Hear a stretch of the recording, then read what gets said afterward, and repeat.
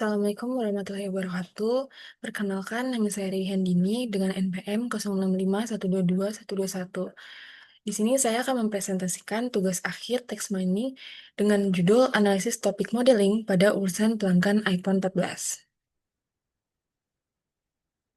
Selanjutnya, di sini juga ada poin-poin yang akan saya presentasikan. Pertama, ada penjelasan dari topik modeling, lalu ada tujuannya, lalu ada pengertian juga dari LSA dan LDA, lalu ada metode kerjanya. Selanjutnya, topik modeling.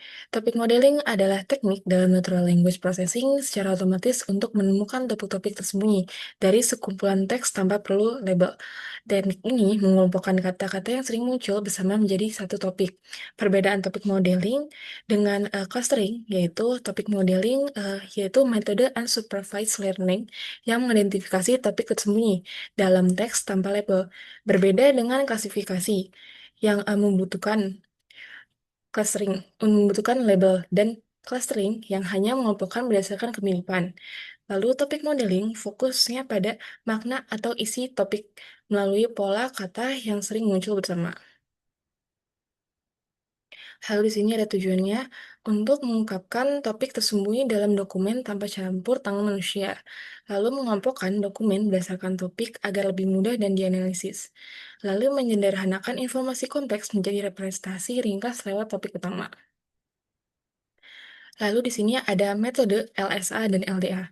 Lalu di sini ada metode LSA. LSA juga disebut dengan Latent Semantic Indexing atau LSI. Adalah teknik matematika berbasis aljabar linear yang digunakan untuk mengukuhkan hubungan latent antara kata dan dokumen. Langkah-langkah dari LSA yaitu pertama mengubah data teks menjadi matrix term dokumen, misalkan TF, IDF. Lalu lakukan dekomposisi SFD, lalu mereduksi dimensi ambil nilai besar dari matriks S, lalu merepresentasi dokumen dan kata dalam ruang topik laten. Lalu ada metode LDA. LDA adalah metode probabilistik generatif aktif yang mensimulasikan bagaimana dokumen bisa dibangkitkan dari kumpulan topik dan kata. Langkah-langkah utamanya yaitu menentukan jumlah topik. Yang kedua yaitu memilih distribusi topik untuk tiap dokumennya. Lalu untuk tiap kata dipilih secara acak atau pilih kata dari distribusi kata topiknya.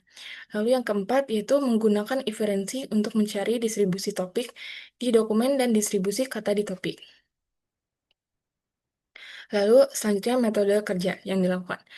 Yang pertama yaitu ada dataset. Dataset yang digunakan itu berasal dari Kaggle dengan judul iPhone 14 dataset yang berisi ulasan pelanggan iPhone 14 yang mencakup kolom title, rating, review, customer name, dan customer location.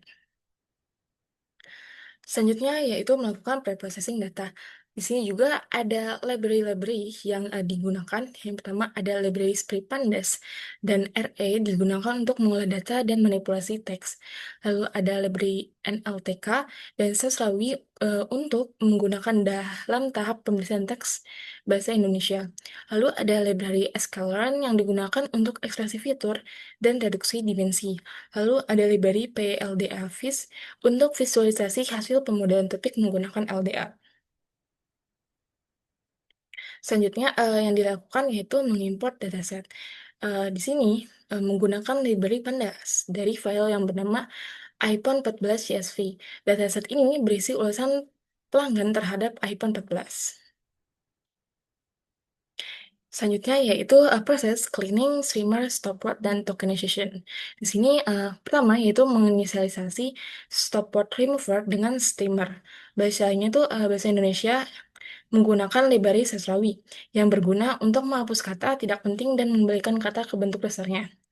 Lalu di sini ada fungsi purpose. Ini melakukan purpose teks dengan beberapa tahapan dan mengubah teks karakter menjadi huruf kecil semua dan menghapus karakter non-alfabet. Lalu tokenisasi, menghapus stop word dan kata berukuran kecil. Serta melakukan streaming untuk mendapatkan bentuk dasar kata.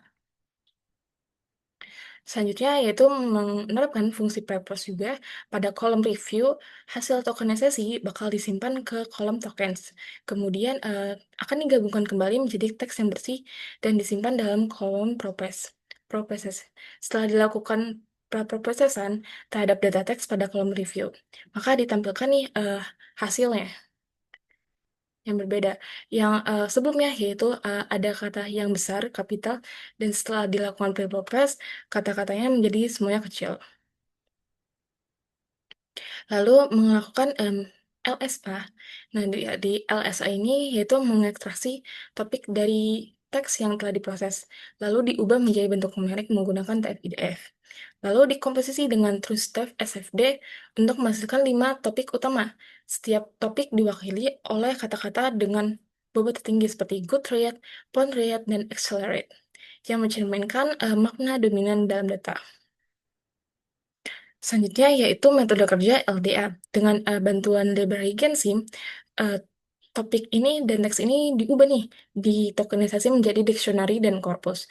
Formatnya dibutuhkan oleh LDA. Model kemudian membentuk menjadi 5 topik tersembunyi.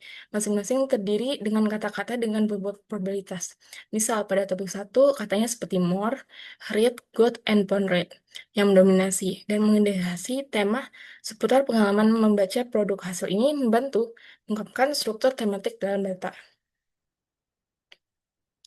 Selanjutnya yaitu visualisasi LSA. Di sini menampilkan 5 kata teratas dari masing-masing topik berdasarkan skor kontribusinya. Topik satu didominasi oleh kata more yang menunjukkan tema ulasan yang umum. Topik 2 kata good read yang paling menonjol dengan sedikit kontribusi dari yang lain. Lalu topik 3 yaitu kata nice read sangat dominan. Topik 4 yaitu ada product rate, nice, dan pound rate yang berkaitan tentang penilaian produk. Dan topik 5 menampilkan kata read, excellent, dan love yang mencerminkan pengalaman.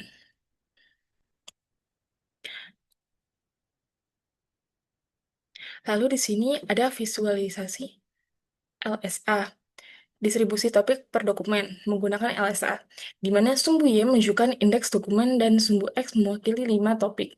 Warna coklat tua menandakan kontribusi topik yang sangat tinggi, sedangkan kuning muda menunjukkan kontribusi yang rendah. Terlihat bahwasannya topik satu yang paling dominan.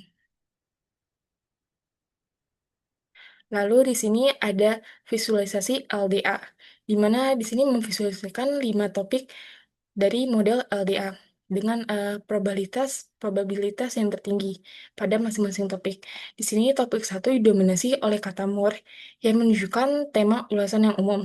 Lalu topik 2 muncul kata iPhone yang mengarah pada diskusi tentang fitur teknologinya.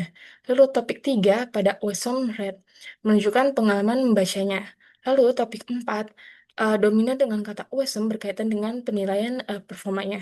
Lalu ada topik 5 terdapat kata I burn, good, dan more mencerminkan pengalaman baik terhadap produk. Lalu di sini ada visualisasi LDA distribusi topik untuk per dokumennya. Pada sumbu Y menunjukkan bahwasannya dokumen sumbu X menunjukkan 5 topik warna biru menandakan keterkaitan tinggi, sedangkan kuning pucat menunjukkan keterkaitan rendah. Lalu terlihat bahwasannya topik satu dan 5 paling menonjol, sedangkan topik 2 sampai 4 itu kurang menonjol. Lalu di sini ada kesimpulannya. Berdasarkan hasil analisis topik menggunakan metode LSA dan LDA, ditemukan bahwasannya kata-kata seperti read, more, dan good sering muncul dan memberikan kontribusi besar dalam pembentukan topik. Dan menunjukkan bahwa sebagian besar dokumen dalam korpus berkaitan ulasan dan pengalaman pengguna, khususnya dalam aktivitas membaca atau penilaian produk. Lalu di sini kesimpulan metode LSA mampu mengelompok kata berdasarkan makna Latin, namun interpretasinya memerlukan analisis lebih lanjut. Dan LDA cocok digunakan untuk analisis tematik yang membutuhkan interpretasi langsung. Metode LDA memberikan distribusi topik yang lebih eksplisit dan mudah dipahami, dengan topik satu dan topik 5 sebagai yang paling dominan. Terima kasih. Sekian presentasi dari saya, kurang lebihnya mohon maaf. Wassalamualaikum warahmatullahi wabarakatuh.